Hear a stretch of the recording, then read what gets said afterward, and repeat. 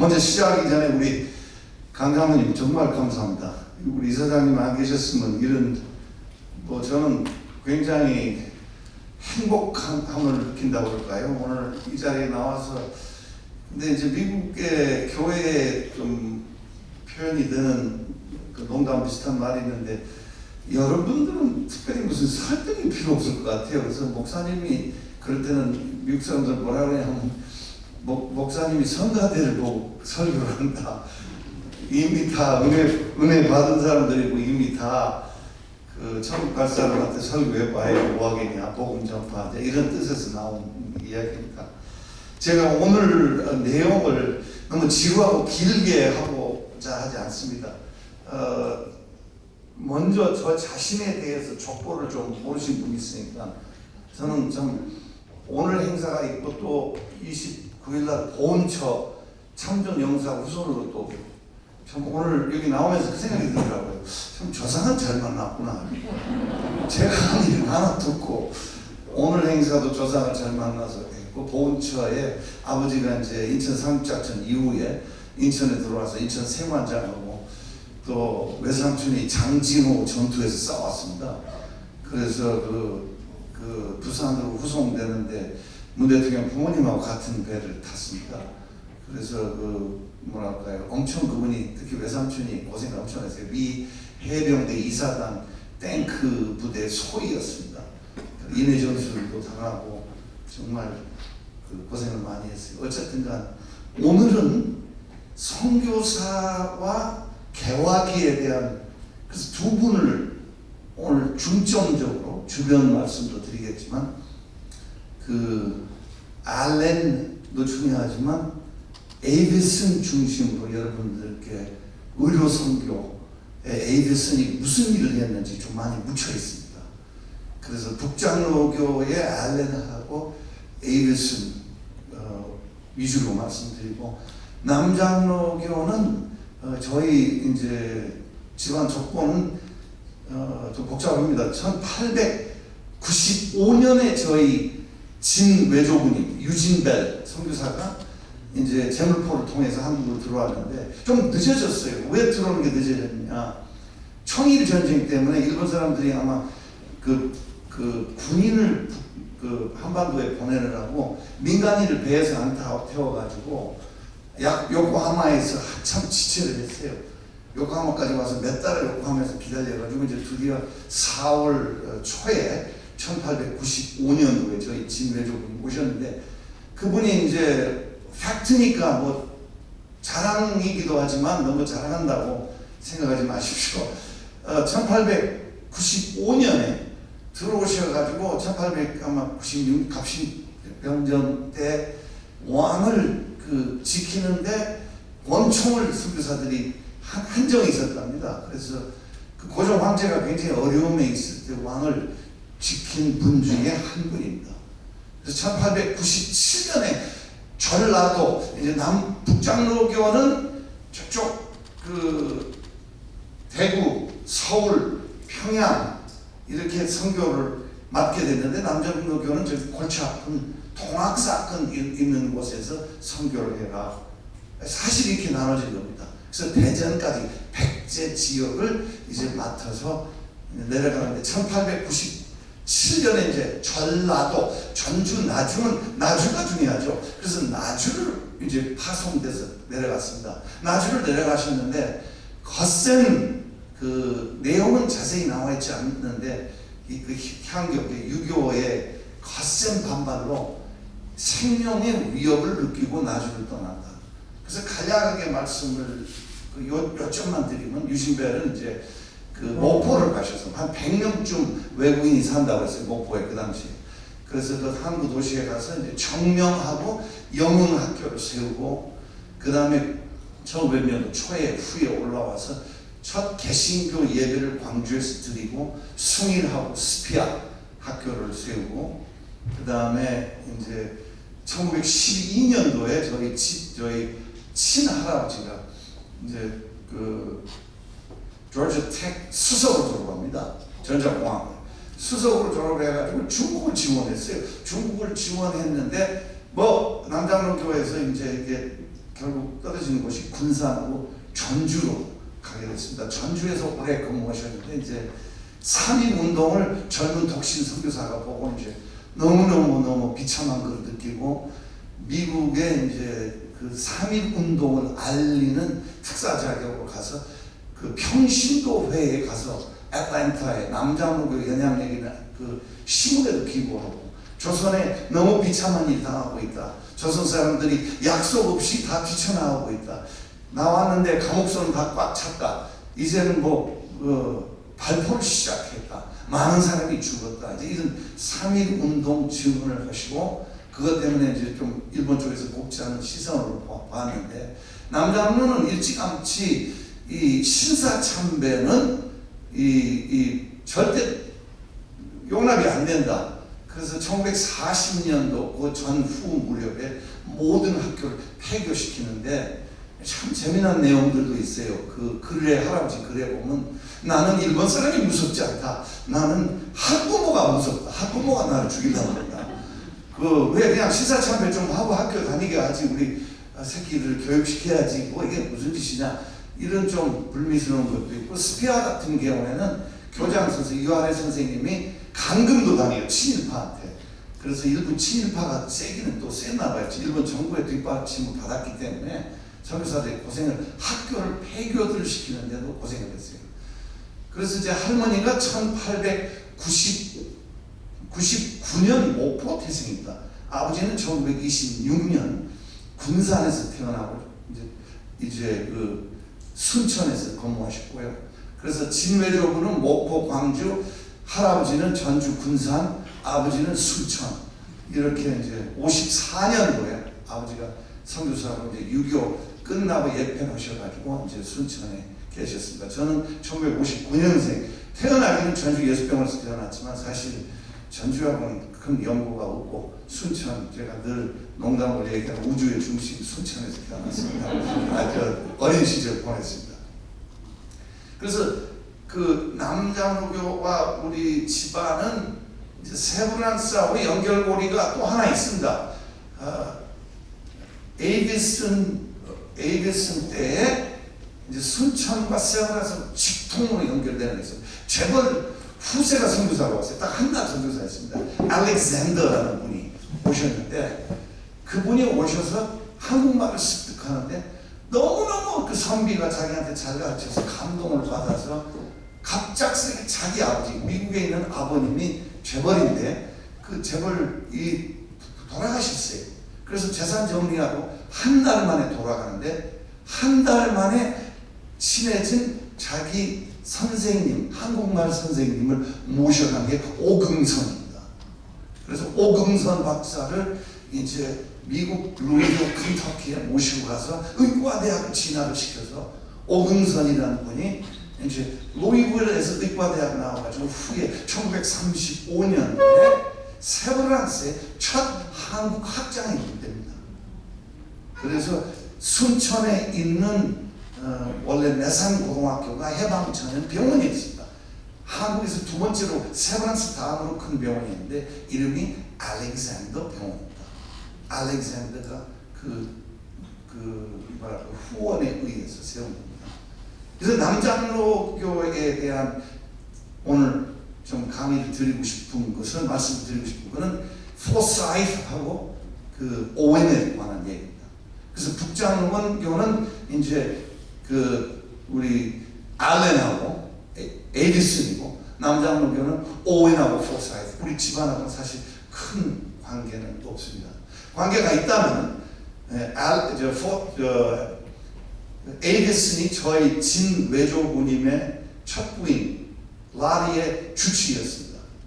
우리 할머니 어머니가 1901년도 풍토병원의 첫 사망사고입니다. 그래서 후에 우리가 오늘 모여있는 지리산 기독교 유적지가 노고단에 생긴 이유 중에 제일 큰 이유가 67명의 남장로교만 67명이 풍토병을 죽었습니다.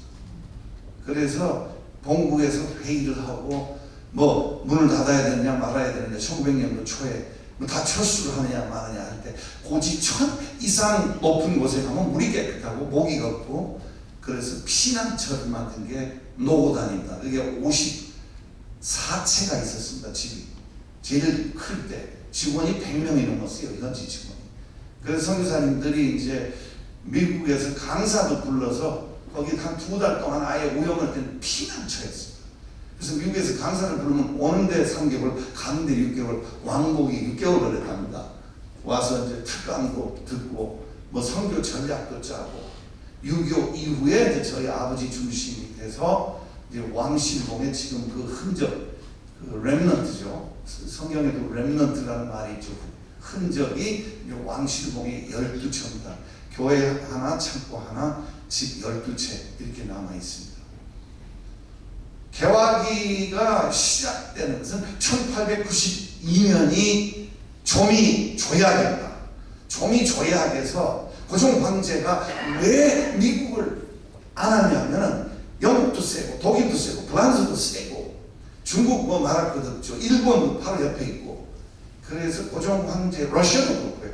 고종 황제가 이제 미국을 끌어들이는 것은 미국은 나라가 크다, 영토가 엄청 넓다. 그래서 미국을 여기 조선에 끌어들이면 좀 그 미국이라는 데는 그 영토에 대한 욕심을 얻고 좀 중화시킬 수 있지 않을까, 이런 생각을 가지고 고종이 미국하고 조미 조약을 1882년에 맺었습니다. 문제는 중국에 선교사로 가고 계셨던 알렌이 1884년에 배를 딱 타고 이제 한국으로 넘어오는 거예요. 근데 후트 공사관이 엄청 당황한 거예요. 왜? 조미 조약에 선교사 조항이 없어요. 선교사에 대한 언급 자체가 없어요. 그래서 후트 공사가 굉장히 고심을 하다가 아주 급하게, 이 사람 그 우리 공사, 그러니까 대사관이죠. 공사 주치의로 임명하면 되겠다. 그래서 선교사 겸 주치의를 합니다. 근데 알렌이 사실 유명해진 것은 약이, 제가 의사지만 내과는 굉장히 그 정립이 안 돼 있고 현대의학이 아주 빈약할 때입니다. 수액도 없고 약도 없고 항생제도 없고. 근데 뭘 가지고 왔냐면, 여러분들이 아마 잘 모를 거예요. 퀴네나제를 가지고 왔습니다. 학질을 치료하는 거예요. 말라리아. 퀴네나제. 퀴넨, 영어 콰이나인이라고 해요. 그 약을 가지고 왔는데 그걸 꽤 많이 가지고 왔단 말이에요. 1884년도에 와가지고 일반 종로에 그 뭐 엄청난 물질을 종로 뭐 그렇게 열병 환자가 많았답니다. 그런데 이 사람한테만 가면 열이 떨어져요. 그 사람 하여튼 열을 잘 다루는 의사다, 이렇게 소문이 났어요. 그래서 1885년에 민영이가 이제 몸에 칼을 26방 맞죠. 78부터. 그래서 이제 민영익 사건에 굉장히 중요한 의미가 있습니다. 대원군이 있고 색적직도 하고 굉장히 한국이 폐쇄적이었는데 지금 북한하고 거의 똑같아요. 그 개화기 책들을 읽으면서 제가 북한을 많이 이해하게 됐어요. 북쪽이 그때하고 비슷해요. 의심이 많고. 근데 놀랍게도요, 여러분, 한국 민족은요, 일본 같으면 불가능했을 거예요. 중국 같아도 불가능했을 거예요. 근데 그 밤에 민영익 씨가 많이 다쳐서 그 서양애를 한번 불러보자. 그래서 한밤중에 알렌을 모셔온 거예요. 알렌이 그 의무 기록을 제가 자세히 봤는데 목에 있는 그 회부록에 나옵니다. 그 정맥이 둘 끊겨가지고 피가 쭉쭉 나오는데 곧 죽게 됐어요. 그걸 붙들어 매고 밤새도록 꼬맸습니다. 왕지를 3개월 납니다. 그냥 하루 이틀에 끝난 게 아니에요. 또 한의사들이 거기다가 뭐 그런 기록도 있어요. 소똥을 이제 갖다가 발라가지고 이제 굉장히 다툼이 생기고 한의사가. 그 민영익 씨가 또 좀 회복하니까 좀 기생하고 좀 놀아야 되겠다는 그런 대화도 나오고 엄청 스토리가 재밌어요. 근데 결국 3개월 만에 민영익 씨가 일어나니까 고종 황제가 알렌을 소환해가지고요. 첫째, 나 주치의 맡아라. 그래가지고 그 왕궁에서요, 그 왕궁의 특별한 옷도 하사하고요. 그러면 알렌하고 왕하고 아주 우리 고종 황제하고 엄청 친해져요. 그래서 그 알렌의 해구록을 처음부터 끝까지 보면 영어로 His Majesty, 폐하, 영국 왕한테 쓴 명칭을 제가 오늘 제일 싫어하는 게 양복인데 오늘 양복을 입고 왔습니다. 여러분들한테 성의를 좀 살짝 보여야 될 것 같아요. 근데 왕궁에 들어가려면요, 영리보관님은 양복을 입어야 돼요. 알렌이 그리고 중국의 사신이 말해서 안 내린 것 보고 알렌이 아주 화를 얼마나 내는지 결국 궁 들어올 때 엄청난 고종 폐하이 나쁜 결정이 내려올 때 그건 가신들이 한 거다. 폐하께서 모르실 거다. 늘 그렇게 표현을 하고 해요. 그래서 1893년에 이제 아마 한국에서 일 제일 많이 한 선교사가 도착합니다.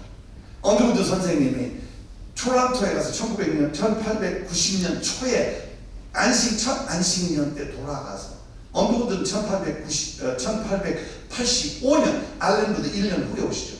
그 알렌하고 엄청 싸웁니다. 언더우드하고 어마어마하게 싸워. 자꾸 이 언더우드 친구가 집회를 여는 거예요.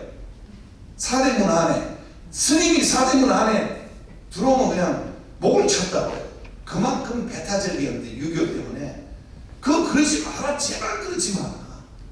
그 엄청 싸운 거예요. 두 사람이 편지를 보면요, 선교부에 보낸 편지 보면 서로 얼마나 미워했는지. 근데 알렌은 무슨 주장을 했냐면 그분들 병 낫게 해주고 그분들 진료하고 물어왔을 때 그때 전도를 하죠. 저는 살짝 알렌파입니다. 물론 선교회 복음 전파도 중요하지만 우리 아버지가 일평생 주장한 것은 얘야, 이 세상에서부터 나아져야 된다. 천국 가는 거 중요하고 우리가 예수 믿고 천국 가는 거 중요하지만 지금 여기 당장 좋아져야 된다. 그래서 우리 아버지가 고흥하고 광양에 간척지를 2개 막았어요. 막아서 어려운 사람들 나눠줬어요. 얼마나 오해를 받았는지 몰라요. 왜? 가난한 사람을 교회도 세우고 학교도 세우고 더 낫게 살아야 된다. 더 좋아야 된다. 예수 믿고 부유해져야 된다. 이제 극단으로 또 간 종교 단체들이 있죠, 한국에. 뭐 예수만 믿으면 은행장이야. 하나님이 10원 갖다 주면 1000원 주고. 그건 아니죠. 그래서 에디슨이 오십니다. 1893년에 오시는데 이제 왕께서 그 전에 에디슨이 오기 전에 민영이 7호 1885년에 민영이를 죽이려고 했던 책들마다 조금씩 달라요. 죽이려고 했던 음모자 집을 뺏어가지고요. 그 집을 에디슨한테 하사한 게 광해군입니다. 근데 폐하께서 이름이 마음에 안 든 거예요. 12일 만에 제중원으로 이름을 바꿔요. 중생을 치료하는 곳이다. 제중원. 근데 1893년에 알렌이 공사가 된 거예요. 내가 미국을 대변인 해야 되는데 양심적으로 폐하에 주치할 수가 없다. 이제 생뚱이 에이드슨이 온 사람, 네가 오늘부터 도착하자면 네가 이제 폐하에 주치입니다. 근데 또 사건이 일어나요. 고종 황제가 갓을 쓰는데 그 갓을 쓴 옷에 이 아마 오칠 때문에 접촉성 피부염이 와가지고 얼굴이 띵띵 부었는데 그 피 의사를 소환하는 에디슨이 양복이 없어요. 그 언더우드 집에 가서 양복을 빌렸는데 언더우드 키가 작아 뚱뚱하고 조그마한 언더우드가 원래 언더우드 그랬습니다. 키가 좀 작아요. 그래서 지금은 안 그래요. 언더우드 피터 언더우드 키가 커요. 근데 원래 언더우드가 좀 동상 봐도 좀 그렇습니다. 조그마하게. 근데 이제 하여튼 외교 사절단 선교사 무슨 뭐 다 이렇게 수배해가지고 뭐 확실치 않은데 짝짝을 입고 들어간 것 같아요. 왜? 알렌이 왕을 만나려면은 양복을 입어야 된다. 영미복을 입어야 된다. 그래서 들어가서 딱 보니까 고종께서 에디슨 얼굴도 못 봐요. 너무 부어가지고 눈을 못 떠요. 그래서 바로 진단을 해버려요. 이거는 최근에 뭘 새 모자를 썼냐, 폐하께서. 가시들이 다 보여요. 와! 바로 이틀 전에 새 갓을 쌌다. 아, 이거 에디슨이 원래 식물을 하겠고 양리하는 사람. 약 에디슨이 아, 내가 가서 만들겠다. 연구를 보내. 여러분 솔직히 가만히 놔둬도 가라앉아요. 그래서 가라앉고 나서 이제 그 다음날 가서 보니까 에디슨을 처음 고종 황제께서 보신 거예요.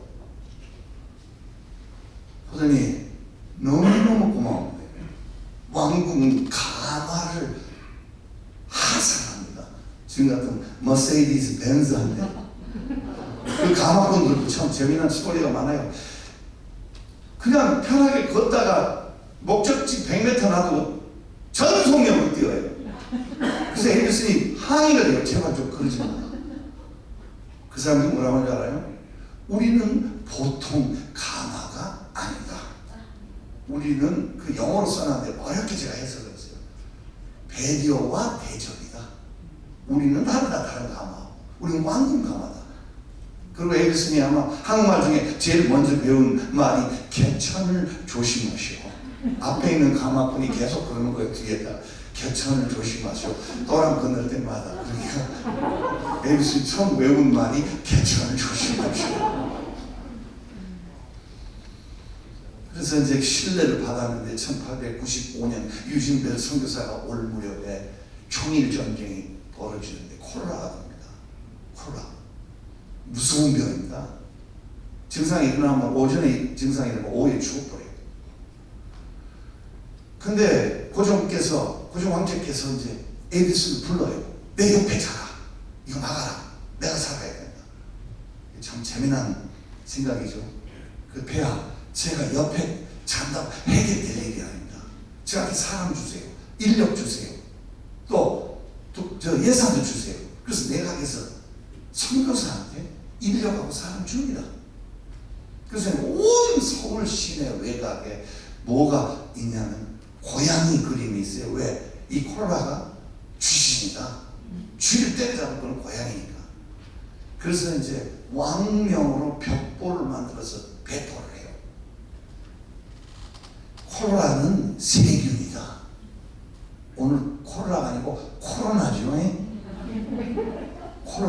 코로나. 영어 발음이 제일 힘들어 나. 그래서 손을 씻어라. 어디서 많이 들은 얘기죠. 음식 끓여 먹어라. 물도 끓여 먹어라. 그래가지고 아무도 신뢰를 안 했는데 놀랍게도 평양에서는 절반쯤 콜라 걸려서 죽어버렸는데 서울은 다 막았어요. 다 막으니까 얼마나 인간적인 스토리인지. 옆에 선교사가 네 친구 백정 있지 않냐? 너무 비참하다. 백정이. 그 백정 이 상투 쓰게 좀 해봐라. 감히 내가 어떻게 폐하한테 에디슨 회고록이 나와요. 나 그걸 못해. 이 선교사가 계속 에디슨 잘 지금이 때다. 폐하가 너한테 신세를 엄청 졌다.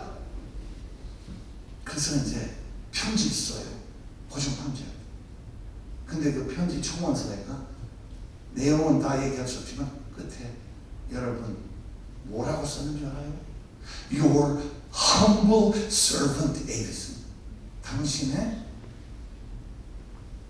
겸손한 종 에디슨. 그게 사인이에요. 그 겸손한 바로예요. 바로 즉각 고종 황제가 전국에다가 왕명으로 백정은 상투 쓰게 해요. 그래서 에디슨 회고록에 보면 그가 걸어왔다가 He became a man again. 그는 다시 사람이 되었더라. 백정이 걸어오네. 근데 한참 후에 이승만이라는 사람이 와요. 내 상투 잘라라. 이게 돌아버릴 일이야. 왜 상투를 자르냐? 말도 안 되는 소리 했잖아. 일본 사람들이 이거 자를 텐데 당신이 자르면 좀 덜 아플 것 같다. 당신은 내가 너무 존경한다. 그래서 에디슨이 수과이로 자릅니다. 상투를 잘라서 꽂이에다가 이슬만 후에 대통령 상투를 여기다 넣어가지고 조선 문화에는 요게 네 몸의 일부분이라는 거 내가 잘 안다. 이거 어머니한테 갖다 줘라. 그래서 같이 눈물을 흘렸대요. 그게 단순히요. 에디슨이라는 사람은요. 단순히 무슨 기독교만 전파한 게 아니고요. 조선 의사가 미국 의사로도 나왔더라. 선교사 자녀가 팔이 부러져가지고 복합골절의 외부로 이 뼈가 나와 있는데 다 고름이 나고 썩어서 난리가 났는데 내가 선교사 의사한테 보냈더니 그 선교사 의사는 잘리라고 하더라. 너무 가혹한 것 같아서 내 제자 한국 외과 의사한테 보냈다. 조선 의사한테. 그는 그 환자를 보고 너무너무 아깝지 않냐. 우리 한번 아침 저녁으로 항생제 없어요? 소독하고 한번 지켜보자. 6개월 후에 그 아이가 공원에서 팔을 마음대로 쓰는 걸 보고 내가 진정으로 올바른 결정을 내렸다는 걸 내가 알았다. 한국 사람의 두뇌가 기회만 주어지면 우리보다 더 나았다. 이걸 120년 전에 주장한 분이에요. 에디슨이. 한국 여성은 처음에 알렌이요. 광해군에서요. 제주권에서 여성이 좀 이런 관심 앞에서 얘기하기 좀 뭐하지만 여자가 손을 못 대 남자한테 그 기생을 썼어요. 기생을 썼습니다. 왜? 기생은 직업적으로 남자를 만져도 되니까. 그래서 잘 훈련시켜서 문제는 고관들이 와가지고 이 교육을 잘 시키면 자꾸 데리고 아픈 거예요. 돈을 더 주고. 그래서 1907년도에 다 고쳐집니다. 세브란스 병원이 다 세워지고 1904년 완공이 됐죠. 의병들이 소탕작전을 해요. 서울역 앞에서. 소탕작전을 하는데 세상에 일본 군인 에이비스는 그건 병원이 잘 돼 있으니까 내가 신경 쓸 이유가 없고 이 의병들을 살려야 되거든. 몇십 년은 레드크로스를 만들어요. 빨간 레드크로스를 만들어요. 내보내요. 그때 선교사 한 분이 에디슨한테 이 민족의 여자가 남자 몸에 손대는 그 문화는 한 세대가 지나야지 바뀌지 않는다. 근데 여기서 강사들이 가위를 꺼내고 남자 옷을 자르고 한 순간에 문화가 바뀌어버렸다. 그게 에디슨 코멘트예요. 1907년입니다. 1900년도에 이분이 1893년부터 7년 동안 일을 했는데 첫 6개월은 광해원 제중원에 주저앉아 있는 일본 의사를 쫓아내는데 엄청 고생했어요. 나를 내쫓아버려 일본 의사를. 그래가지고 좀 더 큰 병원을 치고 싶다. 의과대학을 세우고 싶다. 한국 사람이 조선의 문제, 의학은 조선 사람이 맡겨야 된다. 아주 일관성 있는 주장을. 근데 1900년도 역시 평신도 모임에 카네기 홀에 갔는데 이 선교 보고할 그 기회를 줍니다. 근데 가기 전에 고든이라는 친구를 만나요. 근데 고든이 설계하는 사람이에요. 그분이 나한테 나 병원 하나 설계해. 그러니까 고든이 돈 얼마 있어? 돈 하나도 없어. 아이씨 그냥 해. 고든이 아주 기가 막히게 한 거예요. 그래서 이제 몇십 명 입원시킬 수 있는 시설 그냥 맨 땅에 그냥 한 거예요. 근데 세브란스가 1900년도 카네기 홀에서 에디슨이 강의를 하는데 우리 병원이 필요하다. 더 큰 병원이 필요하다. 교육도 해야 된다. 끝나고 나서 세브란스 장로가 셰브론 오일 오너예요. 그분이 에베소는 좀 보자고 했어요. 어떤 병원을 짓고 싶냐? 뭐 준비된 거냐? 조감독, 설계, 도면을 다 내놔. 이야! 준비된 선교사. 준비된 선교사. 돈을 줘요. 아무리 단위를 줘요. 그 다음에 서울을 건너오는데 계속 가신들이 요 자리는 뭐 때문에 안 되고, 요 자리는 뭐 때문에 안 되고, 무슨 뭐 때문에 안 되고. 세월학생가 만 몇천 분을 더 보내요. 서울에다 터. 그 서울역 건너편, 서울역이 1926년생입니다. 지금 얘기는 1900년 초입니다. 완공이 1904년입니다. 1907년에 8명이 의과대학에서 졸업을 하는데 백정의 아들 박소양, 백정의 아들이 그 중에 하나예요. 그 백정을 아들을 데리고 가요. 얘 의사 만들어라. 에이비스님, 그거 뭐 아무나 의사 되는 거 아니다. 그래서 병원 청소부터 시켜요. 근데 보니까 애가 똑똑해. 결국 의사 됩니다. 그 박소영의 딸이 또 있어요. 남대문 교회에서 졸업식을 하는데, 소학교 졸업식, 박소영 그 자매가 거기 수석으로 졸업을 해요. 그래서 강의를 하는 거야. 근데 에비슨이 가보니까 그 교회, 남대문 교회는 아니고 남대문 근처에 있는 교회라고 그랬어요. 그 교회에서 카텐을 걷고 있어요. 그래서 에비슨이 거꾸로 물어봐요. 그 장로들한테. 600명, 남자 600명, 여자 600명 있는데 왜 카텐을 걷고 있냐? 이거 불필요한 풍습 같다. 남녀 7세 부동석이죠. 근데 안 되는 것이요.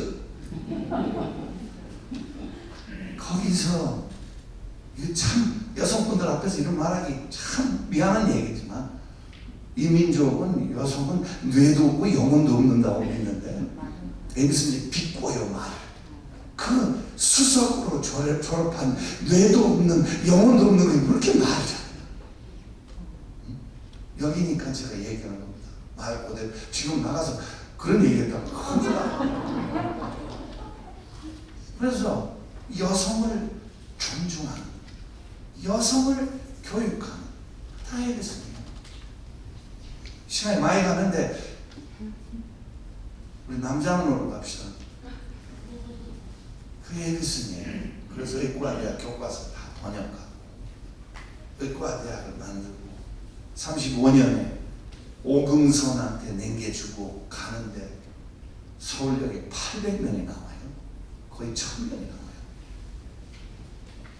대단합니다. 미국 가서 35년대 또 뭐 한 줄 아세요? 돌아가실 때까지 이승만 임시정부 모금도 해요. 이승만을 믿을 사람이다. 내 제자가. 그렇게 된 거예요.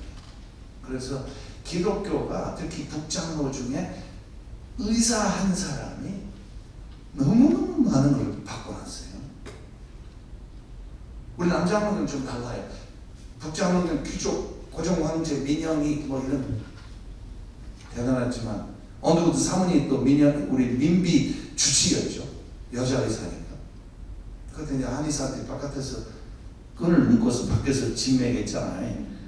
나 그거 한번 해보고 싶어. 뭔 그런 거. 동의보감 세상에 좀 개정판 좀 쓰지. 북쪽 이거 다 썼어요. 그거 하나 없었어요. 평양에 가니까 좀 과학과예요. 한양. 그래서 동의 고려의학이라고 불러요. 이제 1900년도 초에 일어난 일, 정확한 연도는 기억이 안 납니다. 포사이트하고 오행이 있습니다. 오행 선교사가 대표적인 선교사가 안수를 받은 의사입니다. 굉장히 드문 일입니다. 신과대학, 의과대학만 졸업한 게 아니라 신과대학을 졸업했어요. 오행이. 둘 다 갖고 있어. 이제 의술을 하다가 안 되면 기도하면 될 것 같아. 근데 오웬이 폐렴이 걸렸어요. 죽게 됐어요. 그래서 급히 포사이트를 목포에서 부르는데 포사이트가 말을 타고 올라옵니다. 말을 조그마한 저랑말을 타고 올라오는데 광주 외곽에 뭐를 발견하면 심창에 빠져있는 30대 여자라고 그랬어요. 온 몸이 피부병이에요. 나병 환자입니다. 헨슨이 나균을 발견했죠. 그래서 우리는 지금 유식하게 헨슨씨 병이라고 해요. 그 옛날에 아주 나쁜 말 썼죠. 문둥이라고 그러고 나병이라고 그러고. 이제 어쨌든 헨슨씨 병 걸린 여성을 자기 말에 대우고 한번 생각해보세요. 역사적인 배경을 한번 생각해보세요. 선교사가 왔다 갔다 하면 구경으로 왔고 유진벨이 전도의 수단을 썼어요. 우리 집을 일요일마다 구경시키게 한다. 그래서 이제 사람들이 모이면 예배를 보는 거예요. 하나의 집이 흥미거리예요. 서양 사람 구경하는 거예요. 서양 귀신들이라고 생각했죠. 근데 들어와서 보니까 어머니 이미 죽어버렸어요. 천당 가버렸어요. 양림도 가시면 오인 기념관이 있습니다. 양림교회. 복잡해요. 양림교회도 교회가 3개인데 전부 다 음식점하고 비슷해. 전부 다 신토불이래. 오리지널이래. 원조래. 모르겠어요. 누가 원조인지 나도. 근데 양림동 지금 양림동에 있는 아마 통합일 겁니다. 교회에 오인 기념관이 있습니다. 근데 들어와서 보니까 이 젊은 여성을 어떻게 해결할 방법, 천재적인 발상이 일어난 거예요. 가마터에다 넣자. 그래서 그 집과 병원을 지으려고 벽돌을 구웠던 곳에 여성, 왜 가마터가 의학적으로 그렇게 좋죠? 균이 하나도 없습니다. 불을 받잖아요. 그 사람들이 어떻게 가마터에다가 사람을 집어넣느냐. 그거 아주 굉장히 스마트한 얘기예요. 그래서 가마터에 놓고 치료를 시작하는데 오웬 죽어버렸죠. 며칠 후에 그 여자도 죽어요. 문제가 생겨요. 전 호남에 있는 나병, 한센씨 병 환자가 다 집합을 한 거예요. 양림동.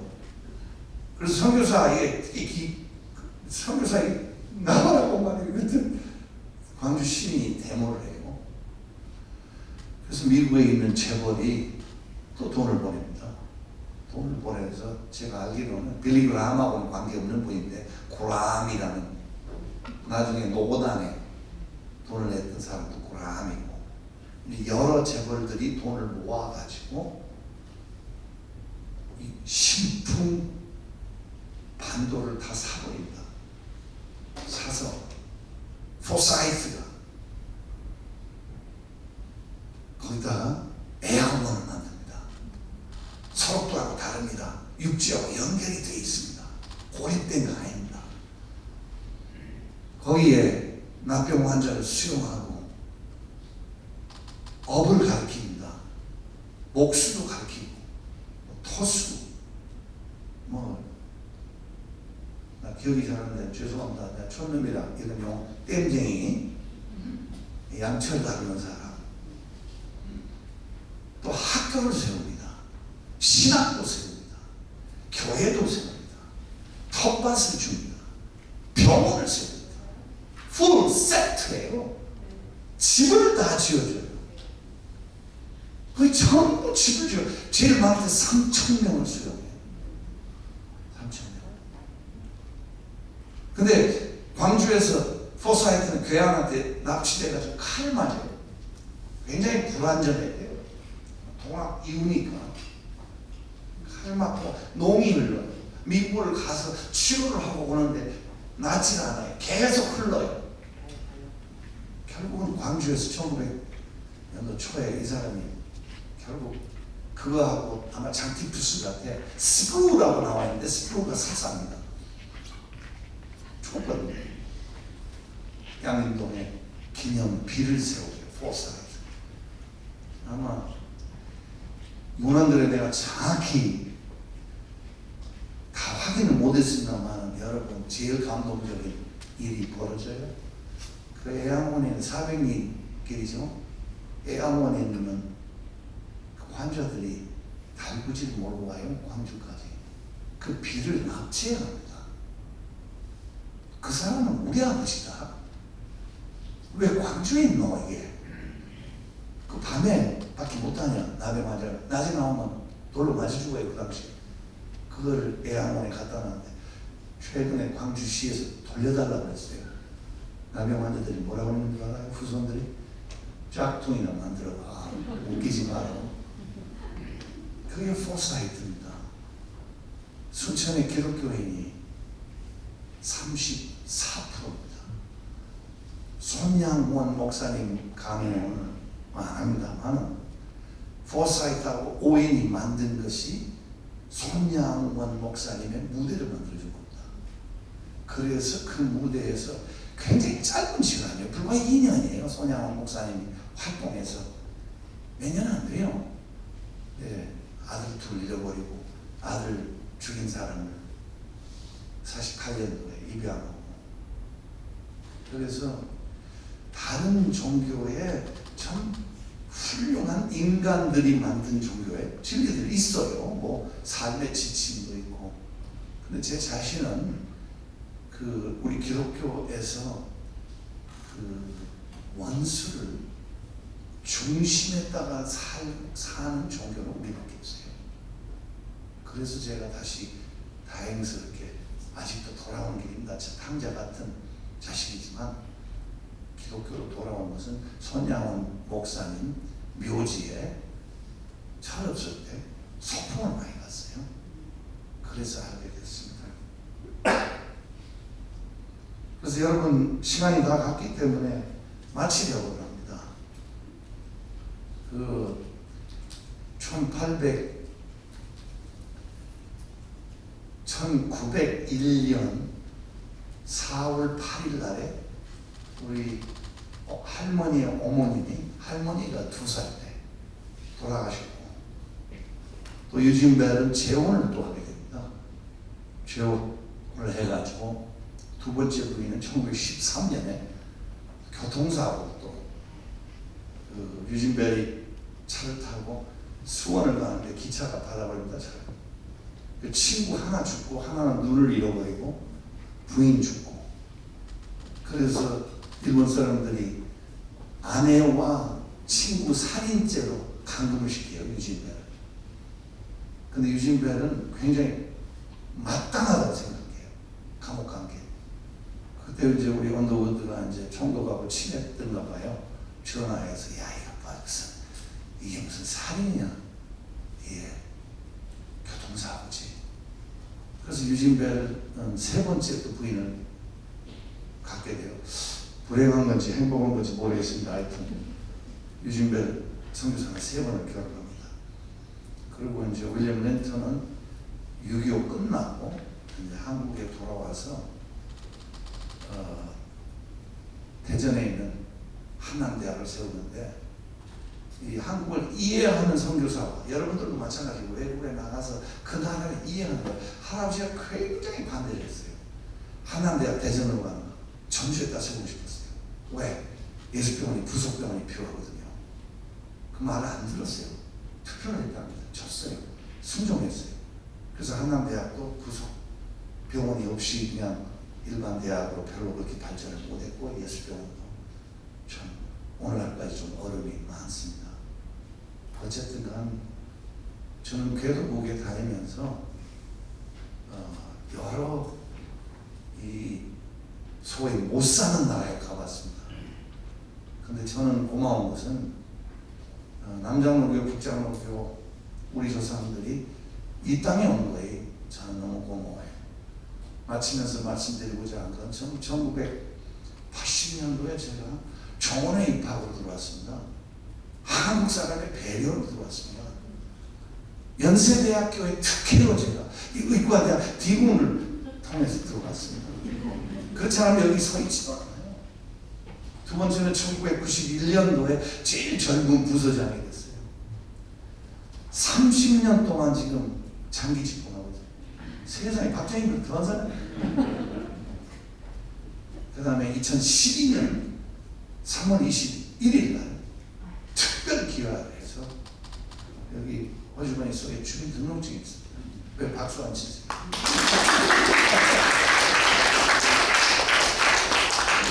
마지막 딱 한마디만 강한 얘기를 하겠습니다.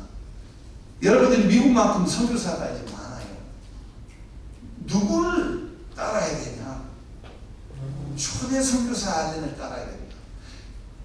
물론 그분이 공사가 되고 나서 미국 이익을 많이 챙겼어요. 1900년도 초에 미국 대통령 앞에 삿대질 했어요. 종이 조약을 듣고 이건 절대 안 된다. 조선은 독특한 영토가 있다. 조선은 독특한 문화가 있다. 조선은 독특한 언어가 있다. 왜 일본한테 주려고? 공사가 미국 편을 안 듣고 한국 편을 들었어요. 여러분이 선교사가 되었고 남의 나라에 가면 반드시 알렘의 후손이 되세요. 그 나라 편을 들어야 돼요. 한국 편을 들으면 안 돼요. 그게 진정한 선교사고, 또 우리가 예수 안에서는 무슨 국가가 뭐가 중요합니까? 하나도 안 중요해요. 결국은 하늘의 왕국. 에제벨은 하나님의 왕국을 세운다고 일제시대 때, 일제강점기 때 강금이 돼요. 천황의 나라를 세우지 않고 왜 하나님의 나라를 세워요? 기준점이 다르죠. 저는 그 낙심을 하고 많은 도전들을 받고 많은 그 한국에서 이해하지 못한 일들을 많이 겪었어요. 그동안 제가 어떤 수원 교회 어떤 목사 교회에서 내가 소송을 당했고 양화진 사건 여러 가지 교회 안에서 일어나는 대형 교회 안에서 특히 일어나는 일들을 이해 못하는데요. 최근에 와서는요. 그래도 이 나라와 이 민족을 지키는 할아버지 말에 의하면 2%가 3.1운동 때 2%가 예배당을 다닌다. 30%가 독립운동을 한다. 각 교회는 독립운동의 처소라고 표현해도 과언이 아니다. 이 민족은 목숨을 걸고 예배당을 다닌다. 여러분, 우리가 기독교 유적지를 지금 되찾으려고 하는 것은 우리 원래 신앙하고 관계되어 있습니다. 여러분, 2%가 예수를 믿는데 30%가 독립운동하고 교회 다니려면 목숨을 걸고 다녀요. 이런 멋있는 신앙을 다시 회복했으면 너무너무 좋겠습니다. 감사합니다.